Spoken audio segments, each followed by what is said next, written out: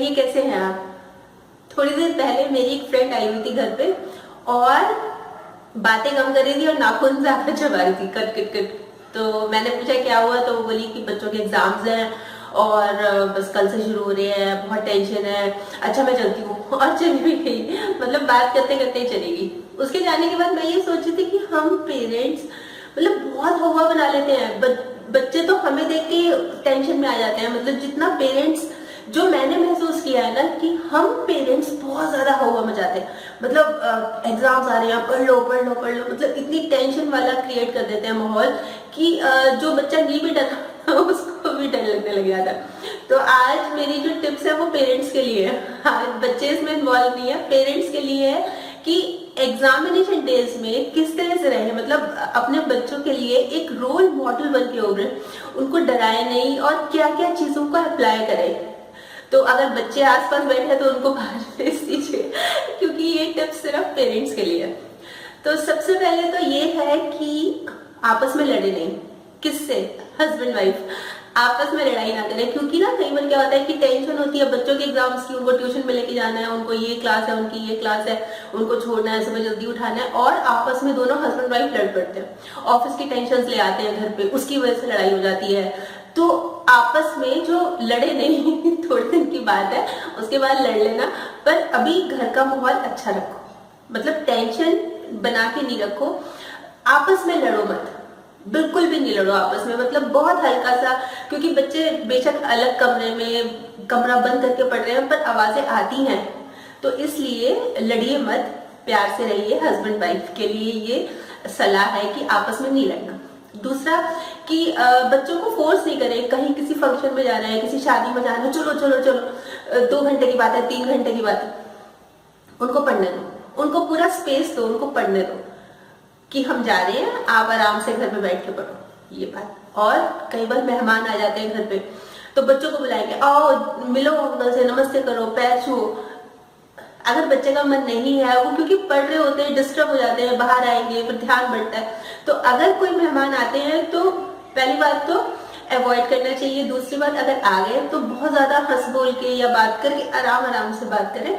और जब वो चले, मतलब बच्चों को फोर्स नहीं करें कि बच्चों आओ अंकल से मिलो, आंटी से मिलो, बैठो थोड़ी देर, अच्छा नहीं लगता, ये चीज नहीं, थोड़ा सा अवॉइड करें।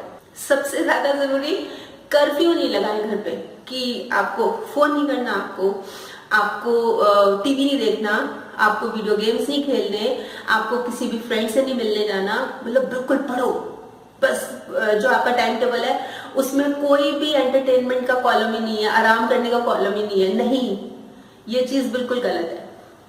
मतलब करते रहिए, बीच बीच में उठते भी रहिए। मतलब एक टाइम फिक्स कर लीजिए। जैसे बच्चों ने टाइम टेबल, आज के बच्चे ना समझ आ रहे हैं, ऐसी बात नहीं है, हम उनको अंडर एस्टिमेट ना करें, उनको पूरी फ्रीडम दें। हाँ ये जरूर है कि उनसे बात करें कि आज आपका क्या शेड्यूल रहेगा, किस तरह से पढ़ाई की है, पर बहुत ज्यादा उनके ऊपर प्रेशर नहीं बनाना कि कुछ नहीं करना, टीवी भी बंद है, ये भी बंद। आप भी टीवी देखो ना, तो उसको थोड़ी सी वॉल्यूम लो रख के देखो, धीमे रख के, ताकि बच्चों के कमरे तक आवाज ना जाए। और अगर मदर फादर दोनों जॉब करते हैं तो मदर्स को जिन दिनों एग्जाम्स है, 1-2 दिन पहले या एग्जाम्स के दिनों में छुट्टी ले लेनी चाहिए।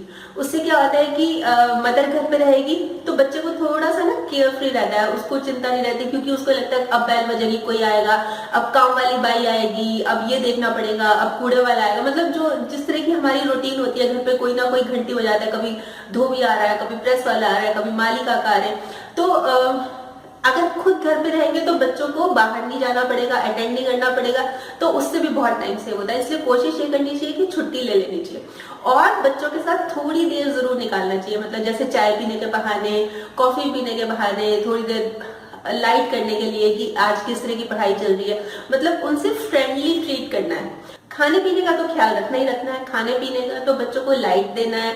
मतलब कई बार मन कर जाता है कि चलो बहुत दिनों से बाहर घूमने नहीं गए, तो होटल का खाना मंगा लिया या पिज्जा मंगा लिया, वो भी मंगा लिया, पर एक थोड़ा सा ही लिया और कोशिश ये की कि अच्छी डाइट देनी है, ताकि एसिडिटी ना हो, पेट दर्द ना हो, क्योंकि एक तो वैसे टेंशन होती है, ऊपर से इस तरह की चीजें खा लेंगे तो और ज्यादा गड़बड़ ना हो जाए।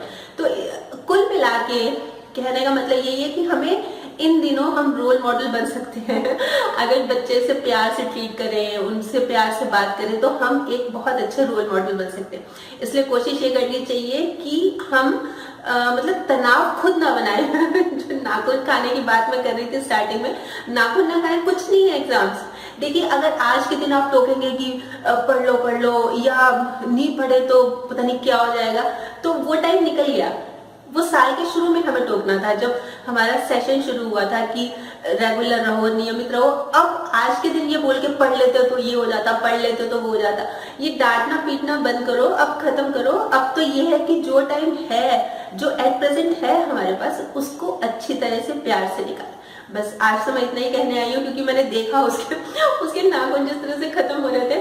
तो टेंशन नहीं बनाइए। और इसके अलावा अगर आपके पास भी कोई टिप्स हो तो वो भी जरूर बताइए, क्योंकि कई बार किसी का फायदा हो जाता है। कई बार पेरेंट्स को नई नॉलेज होती, समझ नहीं होती कि क्या चीज सही है क्या चीज गलत है। तो अगर आपकी भी टिप्स है तो वही बता दीजिए, तो हम मिलकर शेयर करेंगे तो सभी का फायदा हो जाएगा।